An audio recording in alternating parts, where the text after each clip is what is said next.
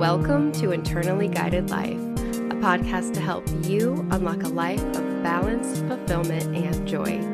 I'm Kayla Sweet, and together we are going to have fun and create change from the inside out. I'm so glad you're here.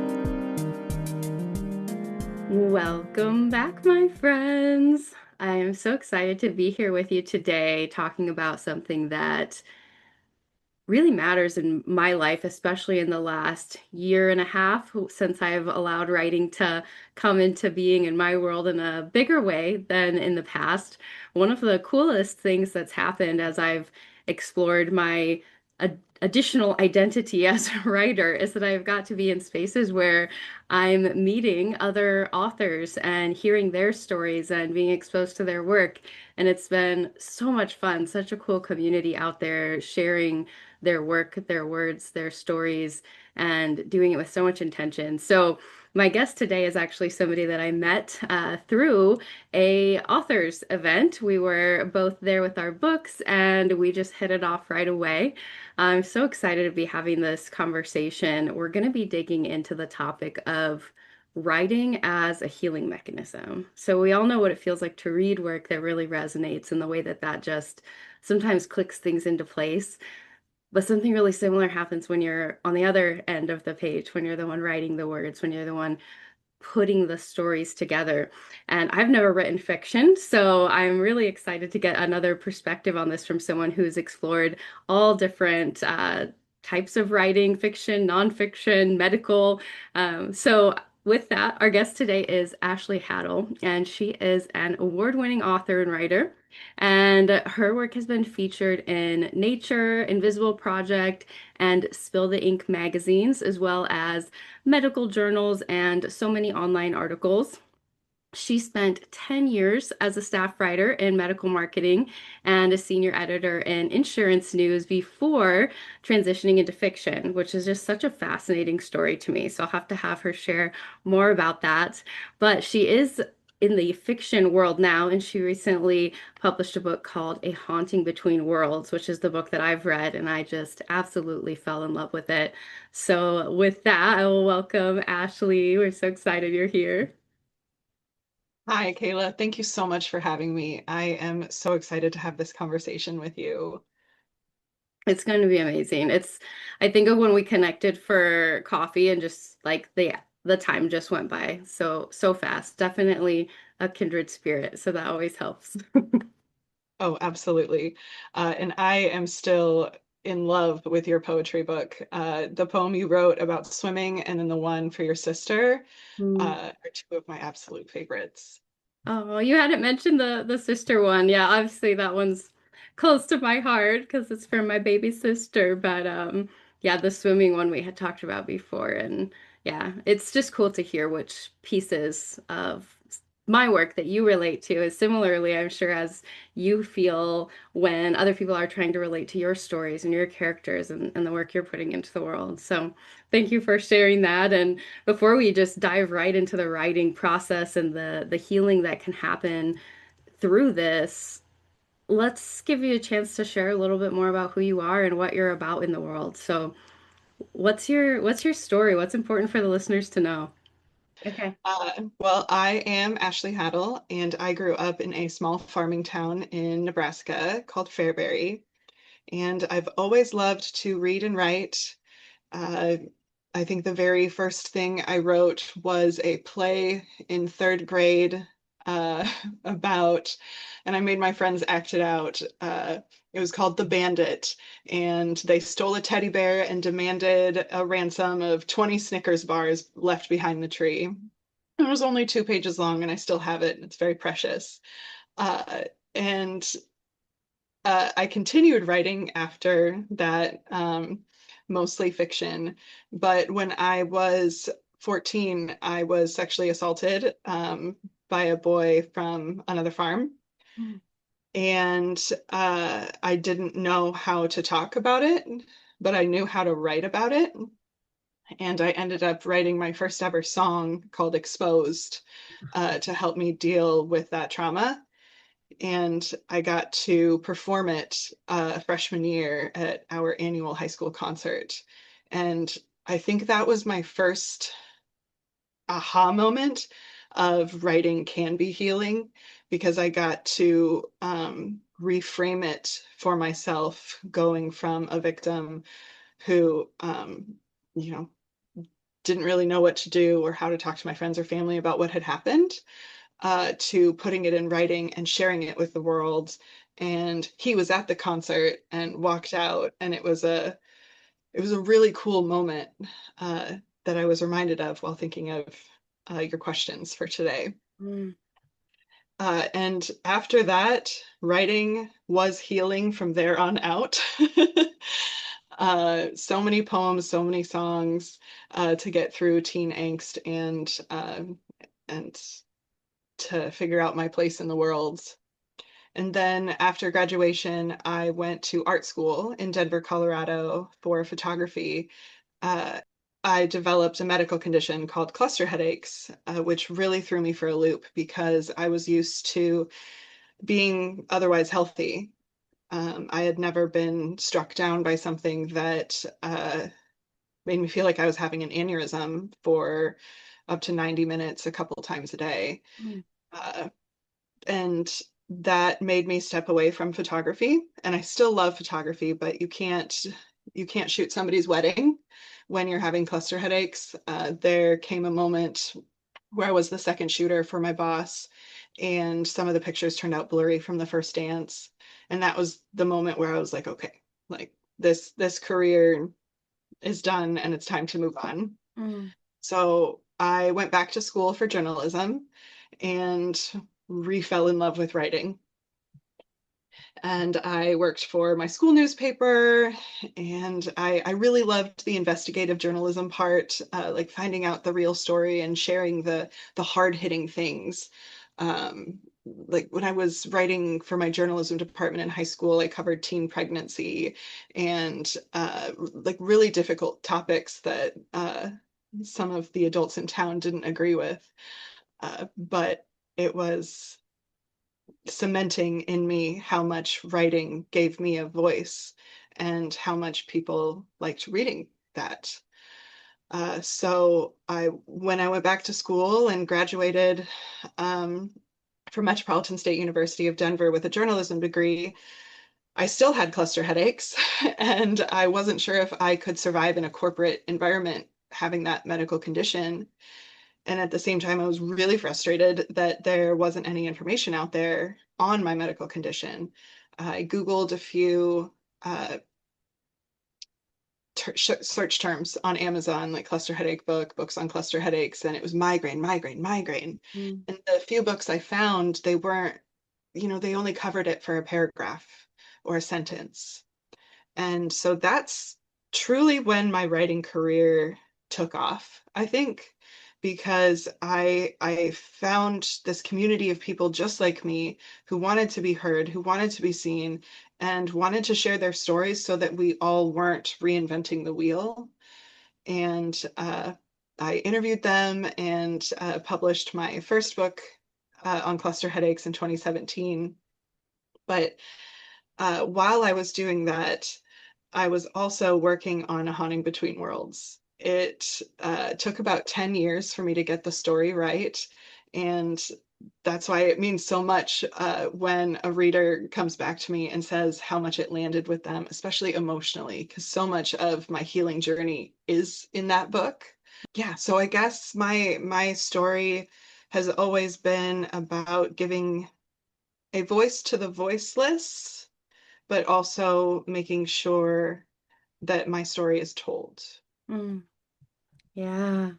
It sounds like, I mean, creative expression has been part of your like DNA from day one. It's always been there. I loved the story of when you were a little kid and like wrote the story and then everyone had to act it out like that brings back that like childhood feeling of when someone was always conducting something, but to be the person who's bringing the creative story to life in that way and able to help the people around you, the kids around you, like live into your story. That was so cool to hear about.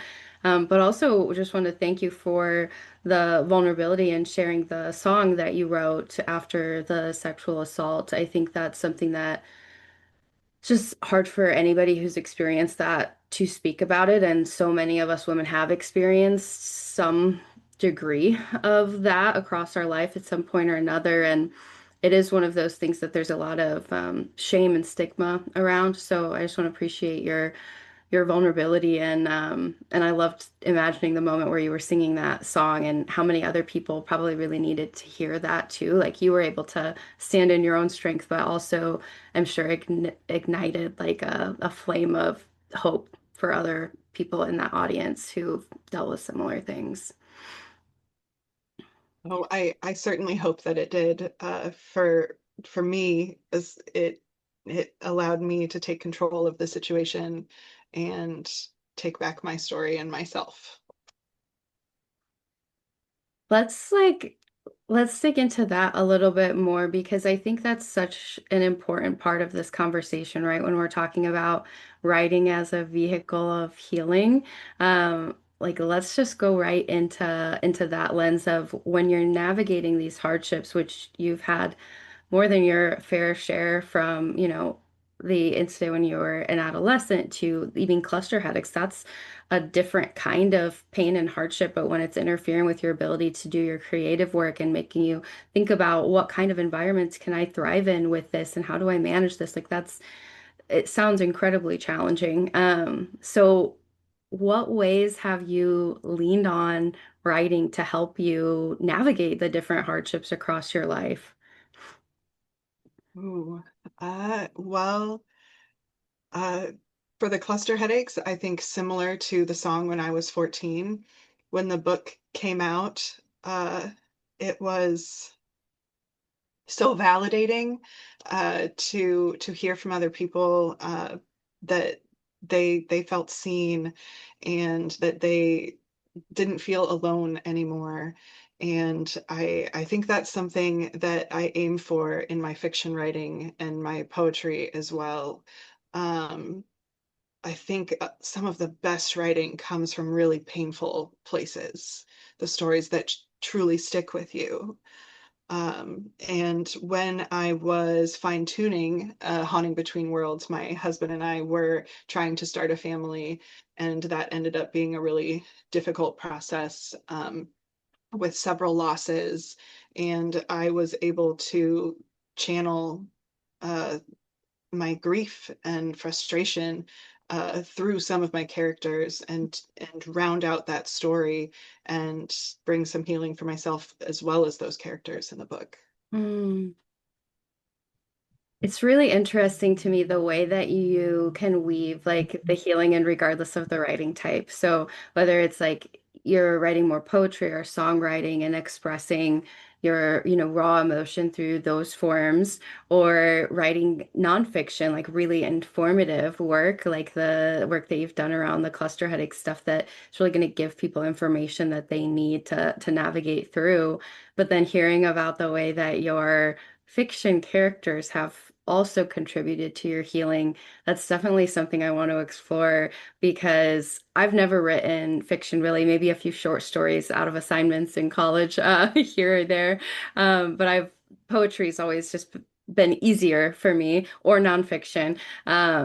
The orchestration and choreography of these stories is it's so complex to create a world that feels real for people and to create characters that feel real for people. And you do a really amazing job of that. I loved your book so much.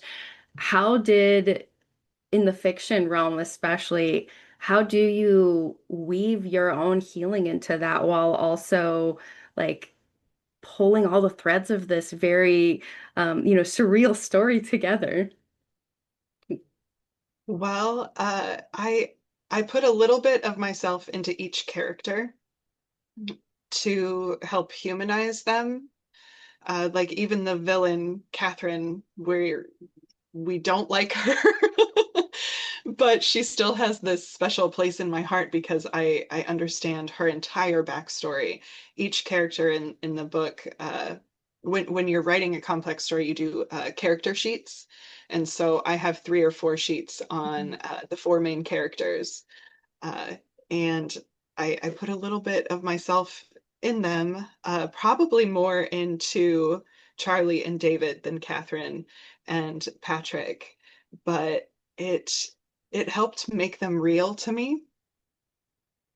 And then I also sprinkled in my favorite things for my friends. You know, the quirky mannerisms that Farron shows in the books, like just remind me of my best friend from college. And yeah, it just pulls in everything that you know, you write what you know. And as far as the world building goes, I really wanted the purgatory or the ghost realm that I was creating to focus on the psychological emotional impact because religions all kind of focus on that. Um, like not one in particular, but it always seemed to me that if you're stuck in purgatory, whether that's literal or figurative, there's something that you need to process.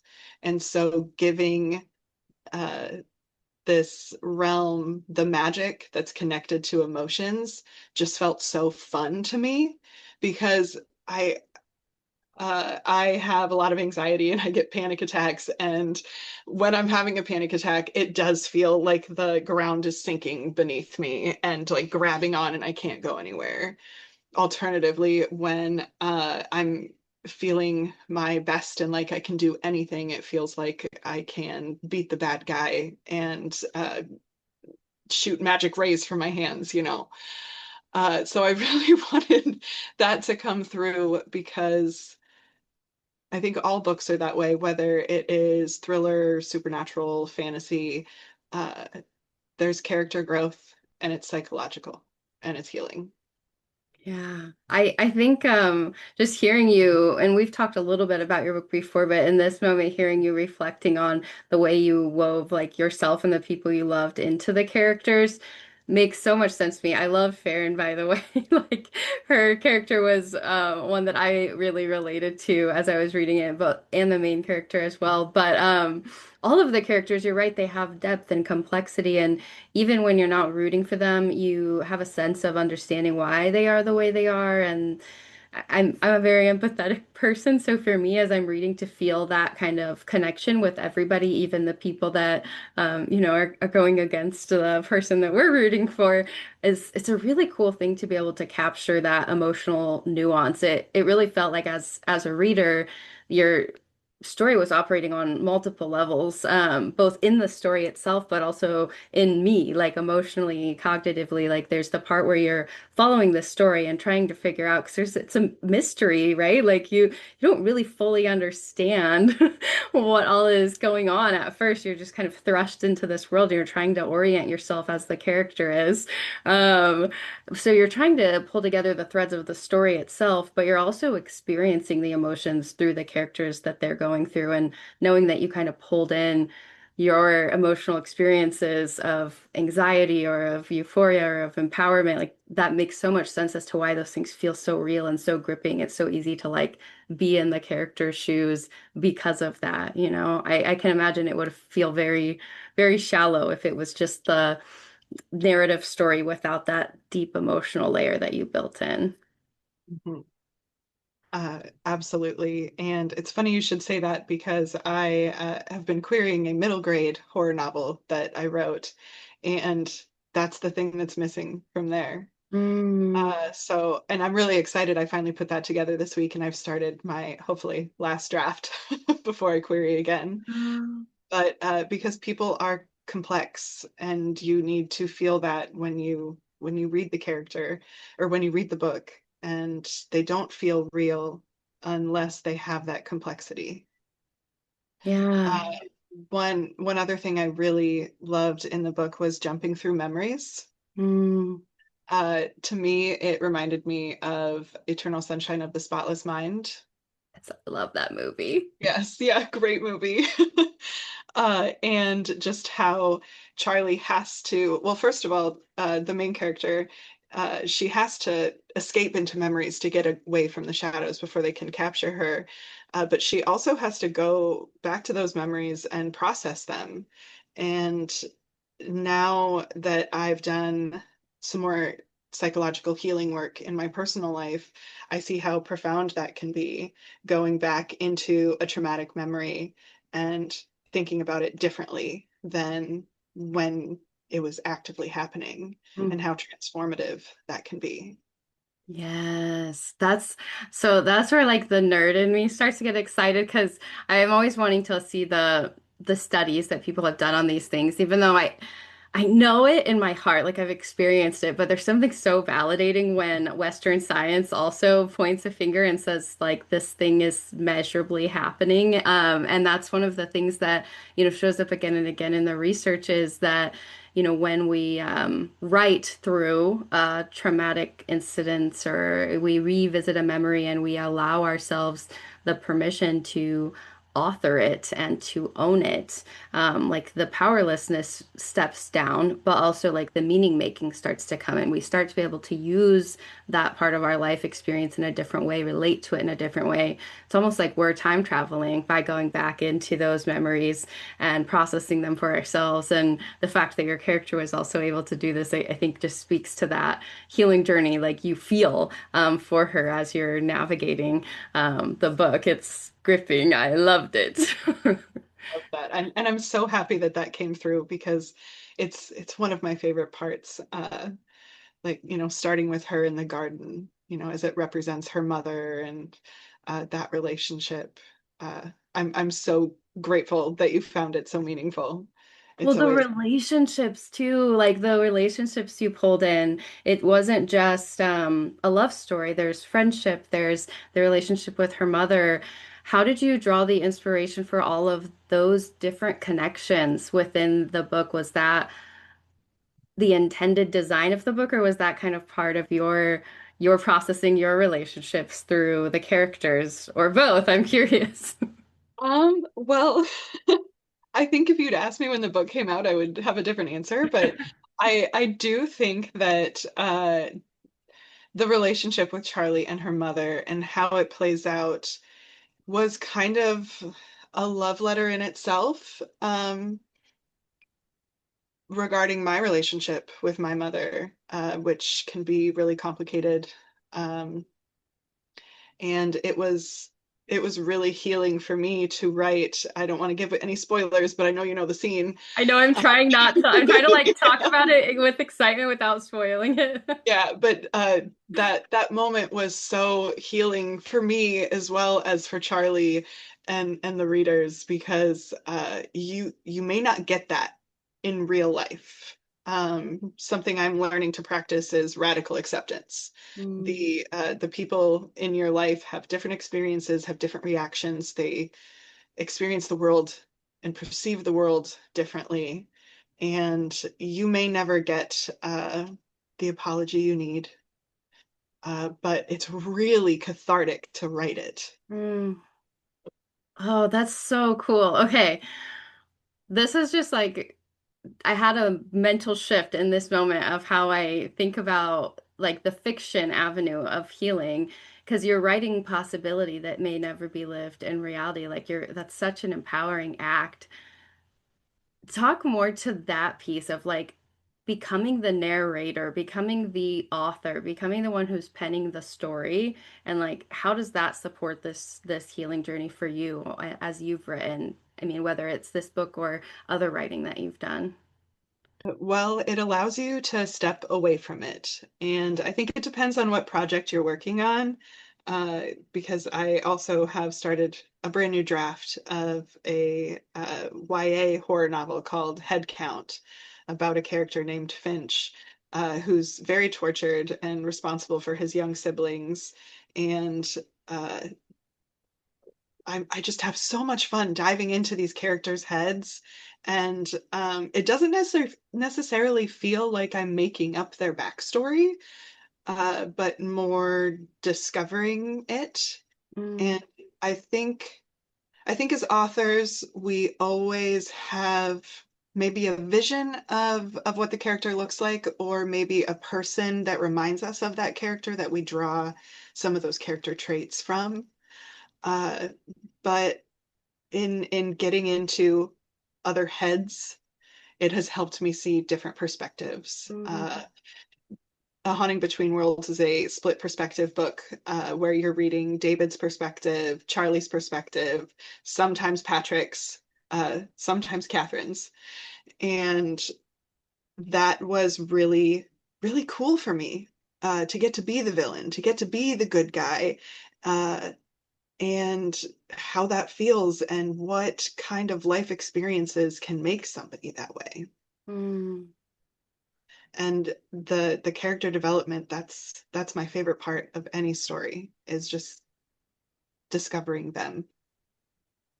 Well, it's so hopeful on the reader's end too, because I think it's just that reminder that we all need and why we connect with stories so much that we are constantly evolving and that there's this progression, this change happening within and around us all the time. And no matter how challenging any given moment is, if you stay with yourself, eventually you move to new moments and you're changed. And how you change, we know we have some agency in that. And we get to decide which pieces we carry with us or what makes us stronger or what breaks our heart. Some of it happens, without our conscious awareness. But some of it I think is also our choice and what pieces of our story we choose to move forward with and how we choose to move forward with them. So to be able to like weave that in and use writing as a tool for empathy and perspective taking as well so that you can see the other side, like that just feels like an opening way to approach writing. Absolutely. And I think writing has always been very empathic for me because even going back to the cluster headaches, I want to understand what's happening. And I like when my husband and I have an argument, I want to understand what's happening in his head and what his perspective is. Um, and writing is just a way to put that person on paper, I think. Yeah, to bring them to life, like, yeah, really bring them into your mind, your world, your existence. But it also sounds like the way you write is very intuitive in that it's like the come to you, the stories come to you, the characters come to you, and you're part of all of them. But the way you speak about it, like you said, it's not something you feel like you're creating for them, more discovering. Like the characters become their own entity, their own force in a way.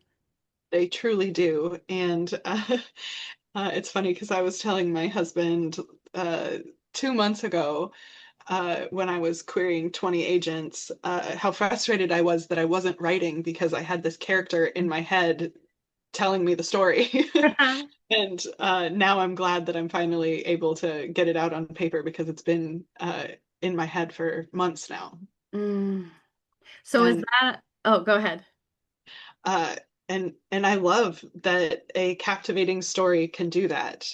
Uh, I think that's another way that writing can be healing because when you are creating a fictional world, whether it's based in reality, in everyday life, or whether it's based in fantasy, not just putting our feelings into the characters or into our poetry and the story, but it's a way of escaping. Mm. Last year, I wrote and edited one novel like 5 times, and it helped me get through a really difficult period in life, period in the news cycle, and really just let me escape during a time that I needed to. Mm. So I think writing and reading can be healing in that escapism, but also showing you parts of yourself that you haven't recognized yet. Yeah, it's like a gentler entryway, I think, that we need sometimes to experience through the eyes of someone else or through a story. It helps us to see and feel what we need to when we're not actually able to. Maybe it's whatever we're going through feels too close or too hard or too heavy. It gives us access somewhere that we can like safely explore that, even before we've healed or while we're in the middle of the hardship and, it hasn't passed yet. Yeah, absolutely. So I'm very curious about the way you relate to, because you write so much different kinds of work. You have poetry, which I've gotten to read one of your poems, and that was beautiful. But you also have the fiction work that, it seems like it's a really big part of your life right now. But you've also done, a fair share of nonfiction writing and telling other people's stories and, bringing awareness to cluster headaches. So, how do you see these different like channels for writing and creative expression giving you different things that you need on your healing journey? When I'm writing nonfiction, I am mostly covering medical conditions, and I'm mostly writing from the patient perspective or for the patient perspective. And it's really cool to be able to have these conversations with people who are living in chronic pain. And by and large, uh, they're 10 years into their journey by the time I'm interviewing them for a profile for the Invisible Project or whatever I'm writing for.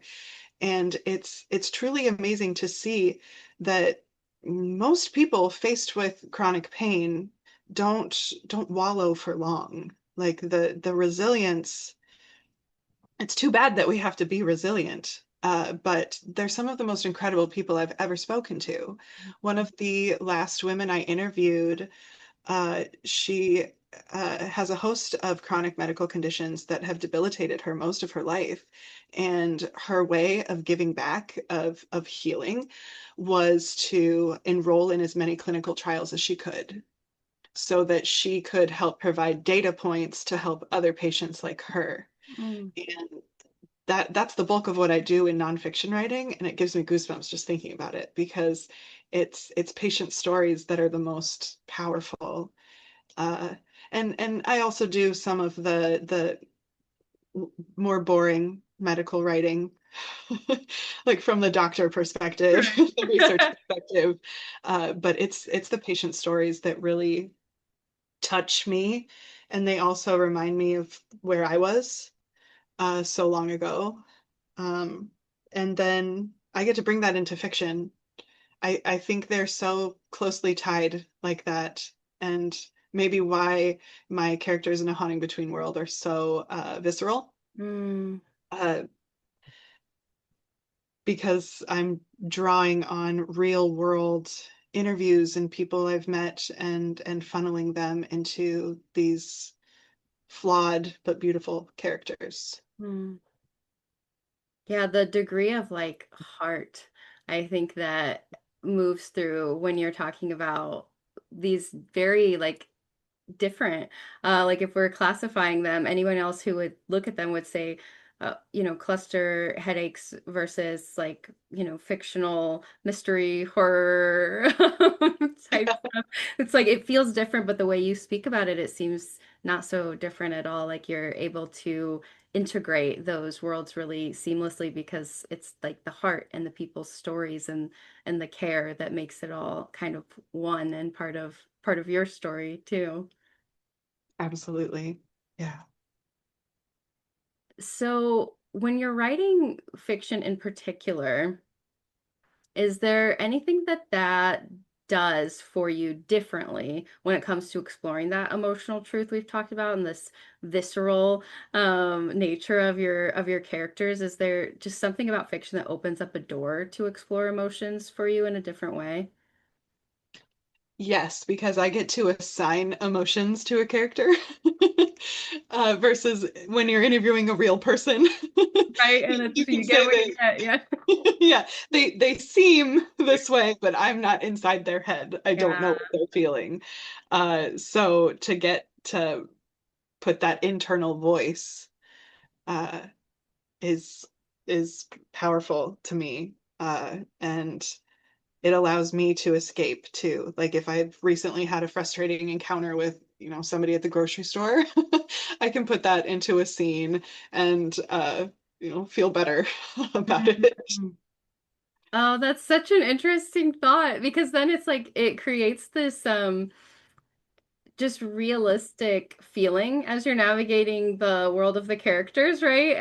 But then also it's yeah, whether it's a small moment or a big moment, you're integrating your life experience through it. That's just such a cool cool thing. It makes me curious of like, and maybe it would be fun to try fiction writing. I feel like it sounds pretty cool when you talk about it.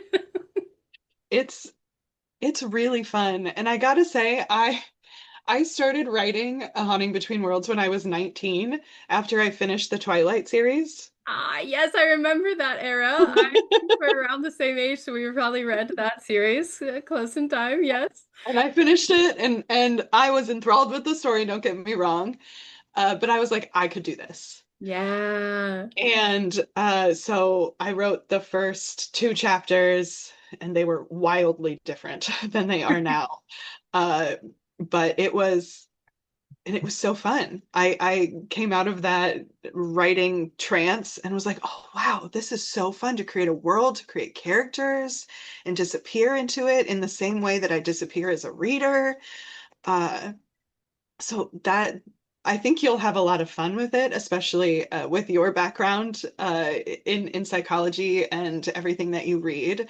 I think you have a deeper understanding of people than most. And Thank you. that makes a good writer and that makes a good character too. Mm.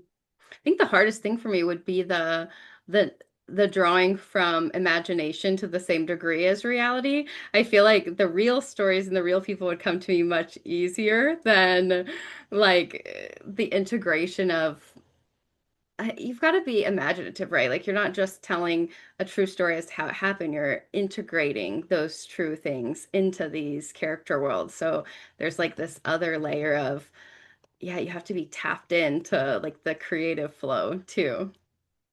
Yeah. Yeah. And that is something that you can't force. And I've been Right. trying to force it. I tried to force it all day yesterday and I got 311 words out, Aw. which is not my norm. I was shooting for 2000, but sometimes sometimes writing uh you hit a groove or almost like a trance where you're just so into the story. And Mhm. then other times it feels like you are trying to run through sand uphill. Mm. When you have to stay with it, you're staying with the character and staying with the story. That's another thing. I have ADHD, so I think that's why poetry spell very easy. They're short, like you get through them. I mean, some of mine are a little on the long end, but nothing like a book, right? Like it's one poem, start to finish. Even if I revisit it a few times, if I get bored, I'm on to the next poem. With a book, like you're invested, you're in relationship with this thing for a while. Got to keep You showing are. up for it. And it is very much a relationship and one where you feel bad putting it down because you don't want to let those characters down either. Mm. But I was the same way as you. I well, being a journalist, you write short content. And after I finished the cluster headache book, I was like, wow, that was a lot of fun, plotting out the chapters and doing this big project and having it be finished and I could present it to the world. And now I go to write a short story and I'm like, oh, it's not finished. It could be a whole book. Yes. I'm sure you can see those connections now, but I keep wanting to go circle back for a second and then I get distracted. But I really did want to ask those. You said you started a haunting between worlds when you were 19. And this was something you mentioned when we met initially too, that like this story lived in you for a long time before it like fully came to being. So I'm curious, because of the span of your life that this story this one in particular has lived with you even before it was available to others to enjoy. What impact did that have as you moved through your life? Like how much of your own life growing up journey is embedded into this book or vice versa? Did it touch you in different ways? I guess I'm just curious your relationship with this story across time because it has been with you for a long time. It truly has. So for several years, it was only three chapters, and I would play around with it and add some. And let's see, I think I completed the first draft in 2016. Okay. Uh, and it was the ending mostly that changed. A Mm, lot of the book stayed the same, but I didn't know there's that battle in the end. Yeah. And that one I had to grow into. Mm, And when you think about where you are at 19, as a young girl, new city, you're discovering the world, the good and the bad, and you're growing with it. So I don't think the book would have been what it is if I had kept pushing in 2016. I think I needed to go through some more life trials, and I think I needed to experience grief. mm, Um, uh, Around the same time I finished that first draft, my boyfriend at the time passed away, and that changed this story for me.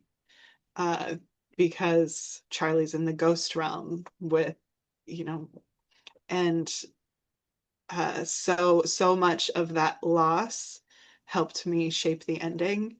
And mm, then the happiness I found with my husband, and then the struggle with growing our family, it was this progression, this natural progression almost of its time. mm, And it was, let's see, I was pregnant with my second when I was putting the finishing touches on A Haunting Between Worlds.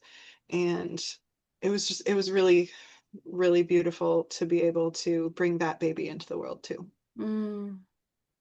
Oh, I love that you were able to like finally birth your book and your new child like within a very close time frame. Yeah. That's so cool. And I think it also helped me close a chapter. I think publishing A Haunting Between Worlds helped me close that chapter of grief and really process that grief and uh, make me kind of hopeful for what comes next, Mm, whatever comes next. I'm excited to see what the afterlife would be. Hopefully not for 75 years or whatever. right, yeah. Not yet, but Uh, eventually you're okay with the fact that's where we're yeah, all going.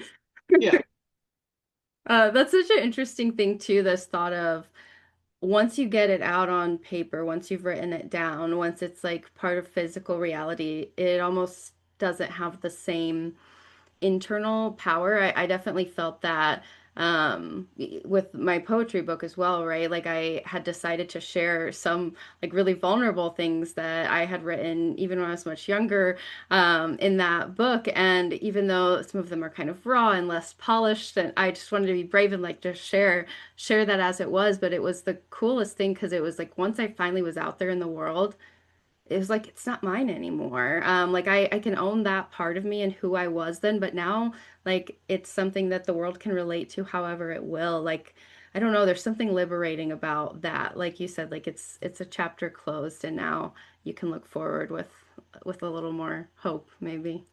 oh, absolutely. And I hope there's another poetry book coming from you too. I think there will be based on the amount of poems I've written since this one was published. So I just gotta keep showing up for it and keep being brave. I think that's the hardest part. Sometimes I'm like, oh man, this poem is showing a side of me that nobody ever sees, right? Because like you said, it's so much easier to write it um than to speak it. And I find that a lot, especially when I'm writing poetry that I'm using a memory to inspire, because I'm somebody that like thinks and reflects on my life, when I have downtime. And so some of the poems are not even about a current moment. It's the poem of the memory, and sometimes they're memories I've never talked to anybody about, and now it's something I gotta share. Like it's scary, but But hopefully healing yeah, too. it is. Yeah, It is.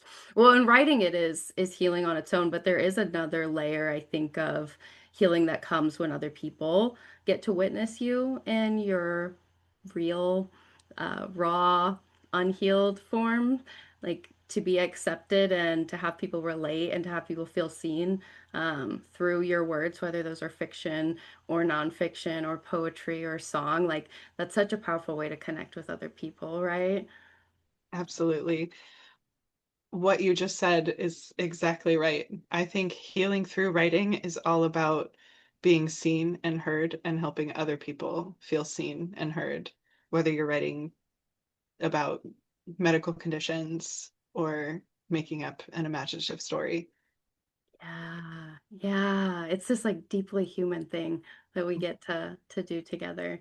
And I think I'm some one of those people that really believes, that we all have stories within us of some kind that the world needs, and that, it's our responsibility to be brave enough to share them, even if we don't quite feel ready, or even if it's hard to keep showing up for it. Um, it's like part of our contribution to society, right? To help people feel that way, and to also feel that for ourselves. Yeah. And that vulnerability, at least for me, turns to validation at a certain point. And that that's such a big step too in the healing journey. Yeah. Oh, I feel that for sure. I think there was a part of me that was scared, like, oh wow, with this degree of vulnerability, I guess what's gonna happen? But what actually happens is, people connect, people share, people reach out. Like it's a really kind of surreal experience. But I'm curious for people who maybe haven't had writing be a part of their life the way that you have, or even I have. I mean, I've written since I was little. I've finally decided to share some of that with the world for the first time. But for people who maybe that's not part of their practice, or they haven't used it as a healing mechanism, are there things you think that would be good starting points, good entry points for people that maybe don't consider themselves writers, but want to explore this creative healing modality that we've been talking about?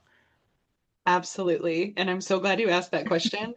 I lead a local writing group called the Writing Hour, where we get together and we have a prompt and then we write together for 30 to 40 minutes and then reconvene. And someone at our last meeting said basically that. She was like, I want to get into writing. I haven't written since English class in high school, and that was 30 years ago. And our prompt that day was to write about a broken glass or a broken cup. And then if you wanted to include a character, the character was a salesman. And Hmm. you just think about those two opposing things, like how is a salesman going to approach a broken glass? But also, whether you're writing poetry or journaling or one person wrote a thriller story using it, another person did poetry, another a memoir, another a story about a family at a dinner table. And it's amazing how just write about a broken glass can turn into that. And the woman who came who hadn't written anything in 30 years, she had 2 pages by the time our hour was over. So my advice to someone looking to get into writing or get back into writing is to start with a prompt. Uh, you can look around the room and create your own prompt, or you can find some established ones online. And then my other piece of advice would be to touch your writing every day. And that phrasing sounds a little weird, but that phrase got me through 2 books. Yeah. Because you can't wake up every day and say I'm going to write a novel today because you can't write 90,000 words in a day and it feels overwhelming. You have to wake up every day and say I'm going to touch it today. Hmm. I'm going to write a sentence. I'm going to look at a paragraph. And then what I've found is I have a lot of anxiety about like getting started. So usually once I get past that sentence or that paragraph, the rest flies by. Hmm. I And love I think that, the prompting. That's like really elegant to get past that initial hesitancy. oh, absolutely. And it was really cool to see how people used the broken glass. Oh, I can't, I imagine you had some really cool things. Like as soon as I heard that, I was like, oh wow, like that's powerful. Like that's just a powerful thing to think of. Like what flashed through my mind is like, oh, like us at like me, I'm a broken glass. Like, oh, that could be a cool poem. But then Yeah. everybody kind of processes, these things differently. Like, is it a part of the story? Is it a weapon? Is it them? Is it a metaphor? Like, oh, there's so many ways you could take that start to light up. Like you just need to give your brain a little bit of fuel to get you going. Yeah, absolutely. And I hope you now write a poem about a broken glass. I might have to. It feels like it's a beautiful invitation. The prompting to it, it definitely it makes me think back to some of the like poems that I had written earlier in college were oftentimes started by a prompt that a professor had provided, and that was really, really useful for me, as well as the like showing up every day. Like I certainly wouldn't have like the collection that was able to share if I hadn't decided I'm going to show up for this every day. Doesn't mean I have to share them, doesn't mean I have to do anything with them, but like I'm just going to show up for me every day, really. That's what mine was. It's like I need this actually. My soul needs some medicine. I need to be in touch with my creativity, my emotions, and I need to show up for that every day. Because as we said earlier, it's like this relationship you're cultivating between you and your expression. Yeah, yeah, absolutely. Do you, after your a poetry book came out, were you kind of sad that it was over? It was weird. It was really weird. I mean, I maintained the rhythm of writing, so I feel like I sometimes I forget which ones I have written that weren't in the book, and I'm like, oh, like that's crazy. No one's even seen those yet. They just exist in, my my notes app in my phone mostly is where most of them live right now, because it's just on the go and it comes to you. But I think the weirdest part was just that it was in the world and that it was physical and real. Like that still feels very surreal to me, like that it exists in physical form and not just in my heart and mind. But yeah, I guess not necessarily sadness that it's over because it feels like it's still happening. Like it's I guess the next could be a different book, but I've also thought, well, or I could go back and add a few of the ones that feel like they land with this vibe and do a second edition. But anyways, Yeah. um, Uh, go ahead. with both with both of my books, I had a moment where like I self-published my first two, and I'm hoping to do the traditional route with my next two. And there was this moment when they arrived where I just kind of hugged the book and I was like, "You're mine, but tomorrow you will be everyone else's." Yeah. And yeah, it's like that magical, scary moment before you share it with everyone. Uh, and it's scary and exciting all at once. That's a great way to describe it. Scary and exciting. Yeah. It's like cool that it exists and terrifying because people are going to interpret it however they will. And for some people, it's going to land and it's going to touch them. And there's also not a guarantee of how, like, if someone's going to connect or if they're going to follow the threads that you're placing, so strategically throughout. Or, yeah, will people misunderstand? Like, there's all of those questions, but. Yeah, it's like a gift then. Like it's not yours anymore now. Other people get to decide what relationship they want to be in with that work. Hmm. Are there other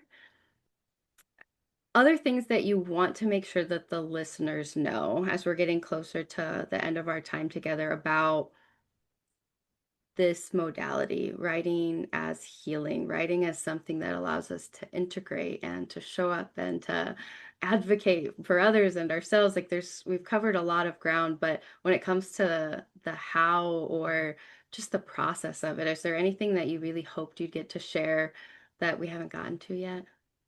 Well, I think the thing I'd like to add is the actual sharing of your Mhm. work, because I'm in several writing groups now, and we're all at different places in our career. You know, not everybody wants writing to be their full-time job. It's an outlet.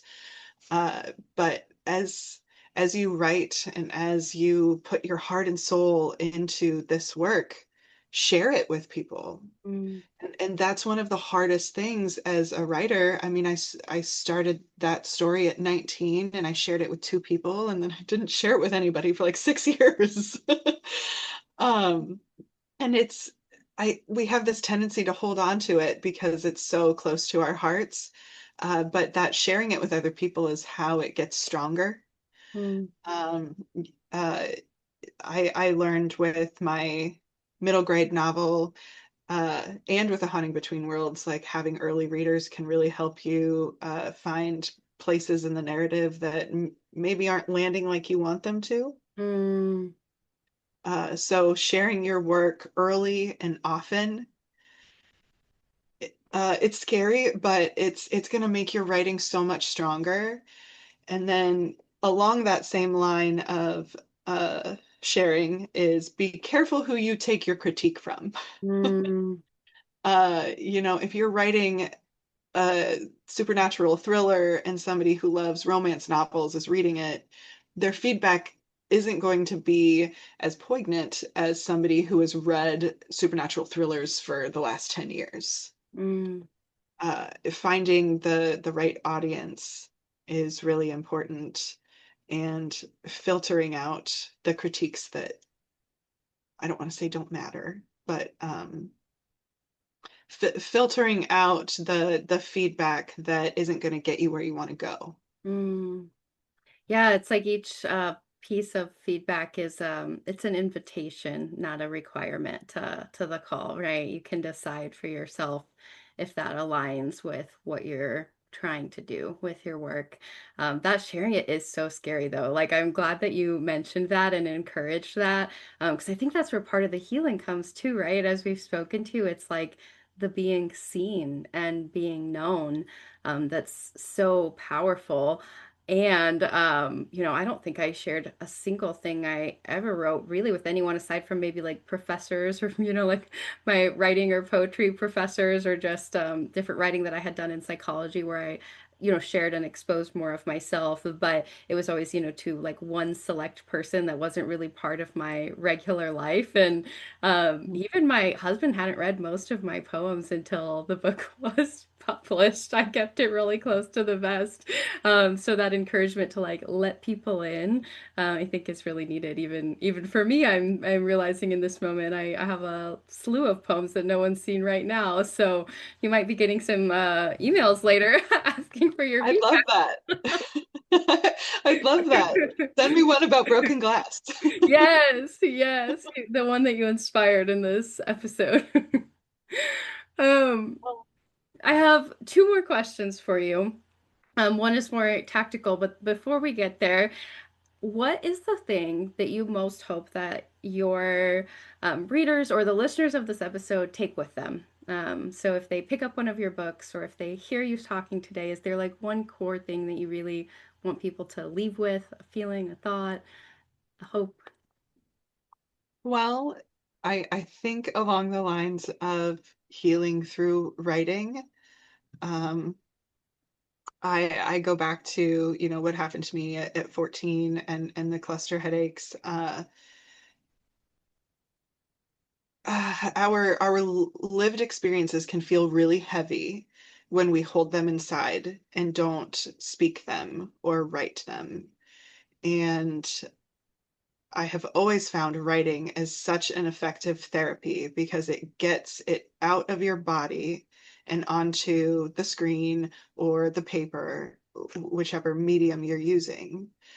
Uh, and I've always heard that, like through psychology too. When a kid or an adult isn't talking or communicating or writing, something's being held in that needs let out. Mm, And I would like that to be the message, to get it out on paper, let it be messy. You don't have to show that to anybody, uh, but just write it mm. and then see how you feel. I love that as a message, this invitation to not feel like you have to keep it inside. Like move it into the world in whatever way feels safe for you, but don't leave it trapped and locked up in there. Mm, yes. Oh, that's so good. Okay, my last question. How can people stay connected with you if they want to read your books, if they want to see the other work that you're doing? Maybe they're interested in your work on cluster headaches, or they just want to follow you and stay up to date. What are the best ways for people to follow your work, read your work, connect with you? Well, the best way to keep up with what I'm doing is to sign up for my newsletter, which I send out every other month. And I usually include a poem or a short story. And you can sign up for my newsletter on ashleyhattle.com. And my books are available also on my website, ashleyhattle.com. They're on Amazon and Barnes& and Noble and Kindle. I'm also on social media, but I mostly post events that are coming up. I'm trying to focus on the craft and not as much the marketing right now. I get that. Uh, so definitely sign up for my newsletter if you want to hear more. Amazing. I just got my first copy of the newsletter and it was so enjoyable to read, and I loved that you spotlit this episode so that the people who are connected with you will be able to enjoy it. So thank you for that and for this conversation. This has been just such a cool exploration. Always coming into these conversations, I have ideas of where I want to go, and I never cease to be just surprised and amazed at how what's meant to arise does. So thank you for your vulnerability and your truth and your storytelling. It's been beautiful. Well, thank you so much for having me. I have definitely felt like a kindred spirit with you since we met in November and over coffee, and this has been a blast. I'm so glad. More to come, I'm sure. We'll have other opportunities to connect and or collaborate, or you can just be the person who I share some things with that I don't want to share with anyone else. But thank you all for coming along with us on this journey. I really hope that as you sit with this episode and everything we've talked about, that you feel a little pull to just try this out. Put pen to paper or you write on your computer, whatever your preferred modality is. But there was a prompt that Ashley already shared. You can look up prompts online. One of my writing teachers, my favorite prompt was you pick a book, and then he gave a random number. You go to the 57th page or something. You pick a book off and you go to the page, and then it's like the first sentence on the page, that's the sentence that you have to, get your inspiration from or whatever. And just like stuff like that that just takes your brain somewhere that was unexpected was always so fun to me. So if you didn't get an idea of something to write about from this, go explore the internet and the world of writing prompts and find something that piques your curiosity or feels like a vehicle to tell a story that's in you that wants to come out. So with that, I'll talk to you all soon. Take good care of yourselves. And until next time, bye bye. Thank you for listening. If this episode spoke to you, please take a moment to follow, rate, and share it with someone who might need it. If you're looking for more tools to help you thrive in your life, or if you're curious about working with me, please visit my website at internallyguidedleadership.com. You can find me on Instagram, Facebook, or TikTok at Internally Guided Coach. Be gentle with yourself out there, and I'll talk to you next time.